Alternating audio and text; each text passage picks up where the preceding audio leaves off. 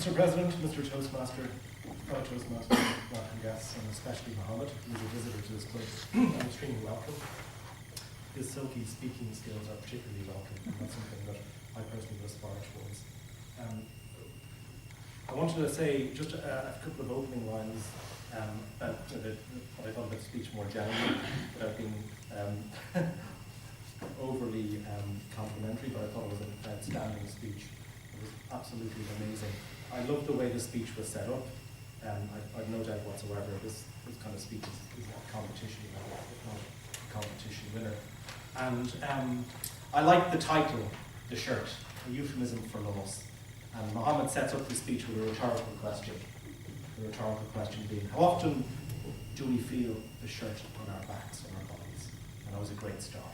And then he describes very eloquently the 5 times in his life where he's felt that shirt ripped away.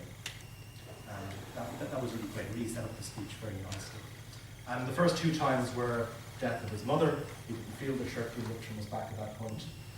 Subsequently, the death of his grandfather, again the same, did not feel the shirt ripped from his back. And then the loss of his grandmother, finally, and he felt the shirt ripped from his back. He was hearing but not listening. And he describes very eloquently, sets up that very emotional sort of backdrop, that euphemism for loss around the shirt being ripped away. And then subsequently, the pain and the emotional turmoil around his wife's difficult ectopic pregnancy, essentially. It has the right terminology. And then subsequently his daughter, 14 years of age, who had a planned operation, again the turmoil around this. And these 5 kind of emotional examples are used to set up a sort of another rhetorical question, which is, why is it when we're only presented with loss, the risk of loss, that we really cherish and appreciate the people around us? And Mohammed finishes with a very nice thought, which is, from now on, and this is the moral of the story, when he puts his head on the pillow, he thinks about, cherishes, thinks about the intrinsic value, the emotional value of interactions with his family. An excellent speech, and very, very hard to pick any holes in it. It was so good. I thought your engagement with the audience was extremely good. You were clearly an advanced speaker. It was excellent. You engaged people with your eyes, with your gestures. That was excellent.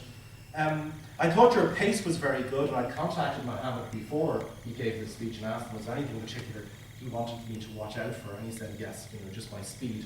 And I thought your speed was fine, actually. I felt I had time to take in all of the points you made, Mohammed.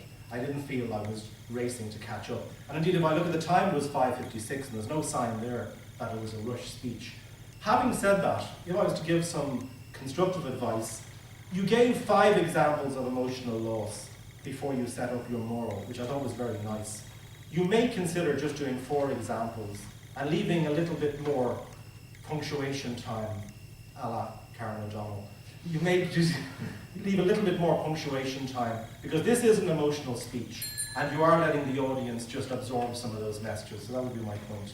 The other issue I would say is maybe just your use of the room, and again, I'm kind of nitpicking here, because this is an advanced level, an extremely accomplished speech. Maybe a little bit more use of the room. But may I say, apart from that, this was, I think, at competition level, it sets the standard one I aspire to achieve.